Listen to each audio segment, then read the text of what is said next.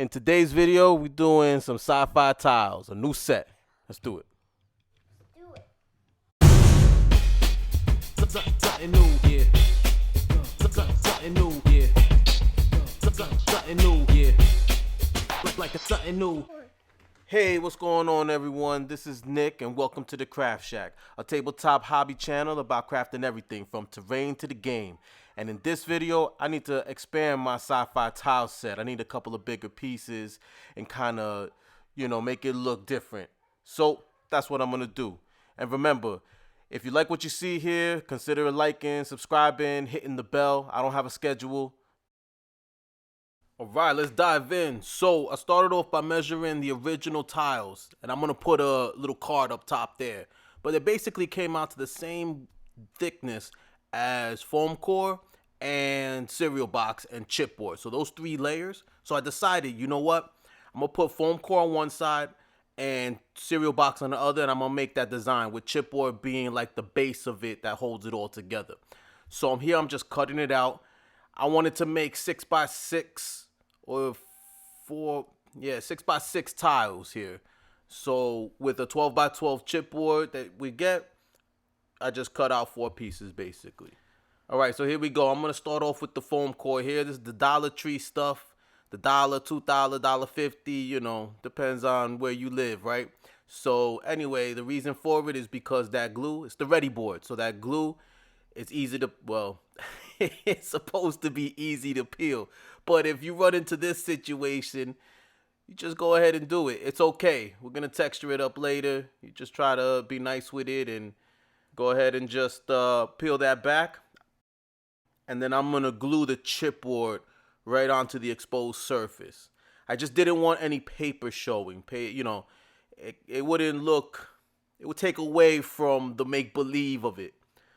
So anyway, I went ahead and just hot glued it. This is risky because the hot glue might cool on you, but I went ahead and did it and slammed it right on. It didn't matter. I was going to trim it later. Just leave some space for you. If you go this route and you want to, kind of do the same thing, or you're doing it along with me, go ahead and just give yourself some space to trim it later. And that's it. Did all 4. Maybe all right. Go ahead and trimming it up. So made it easy. This makes more waste than doing it a little more precise, but it makes it quicker. And I'm all about the quickness.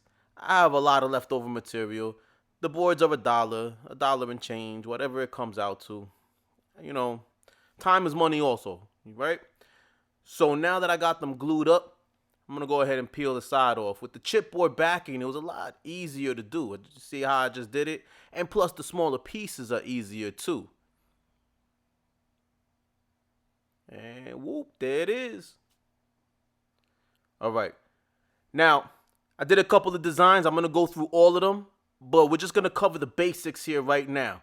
And this is the most basic setup. You could transfer this technique to everything. You've seen this technique 100 times over. Everyone's done it. Nothing new under the sun. What's already did is already done. And I'm just going to go ahead and make the boxes. Now, since I have the reversibles, the gray, the white, I'm going to keep that same flow. So I'm going to make these boxed ones the simple 1-inch grid. I'm going to make it my white tiles. And on the back side, I'm going to go ahead and make my gunmetal grays.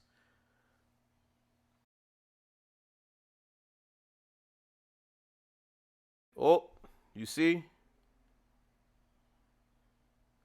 I should have scored them better with my alpha knife. It might matter to you. It don't matter to me. I just put it to floor damage. Maybe someone was trying to move a dresser and they scraped the floor. That's how I solve my my crafting problems. There it goes. I put a story to it. I'm a DM. What do you expect?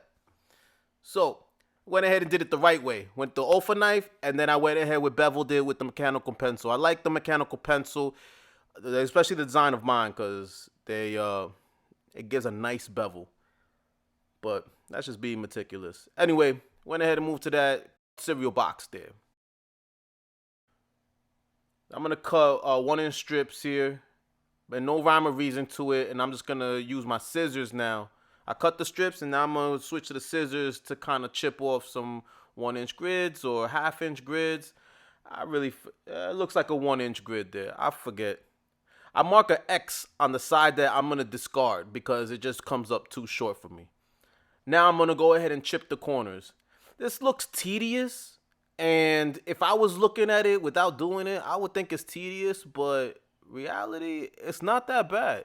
I mean, I'm only making 2 tiles with it, so and kind of just, watch some TV or something and just kind of snip them, or don't even.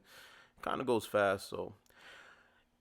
And assembly. So there's no rhyme or reason to this. I just picked boards. I could have maybe, switched up some styles or some flow. And, overall, I didn't like where I placed some of them, but I'm not too worried. Some of them might have been off, but that's okay. If they go off the edges, don't worry about that either, because we can always trim that. Excuse me. That's rude. Alright, that's it. I'm just putting it together like I was in my crypt tile video. Should I put a card up? Should I put a card up? Should I put the card up? I'll put the card up.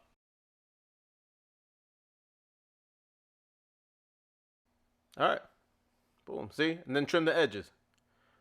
Whenever you putting stuff together and assembling stuff like that, always try to, don't worry about those edges, because you're going to trim it. Now, just matching it up here, making sure that the height levels were similar, and it was very close. I mean, it was fractional, so I could live with that. I'm good, and that was it. I was just playing around with it. We're going to move on to the next design here. Now, I took out my stencil, but however you want to draw hexagons, go ahead and do it.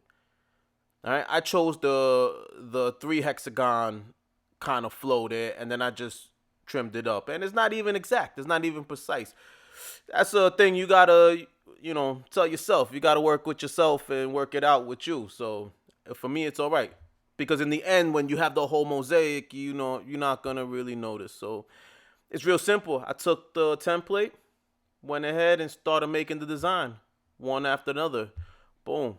Just kept going. I think at first I didn't really adhere to a pattern, and then I kind of tried to get a pattern back and realized that looked flyer than my intent. Maybe, kind of, sort of. I have no clue what my intent was. But I switched it up. I took the mechanical pencil again, and I started making the rivets. And what was nice was I kind of, flicked off the lead of it. And when I did the rivets, I'm going to try to get it here if you guys could see it, but it left like the outline in the middle of it kind of still protrudes. And I like that effect, man, and it came out really nice.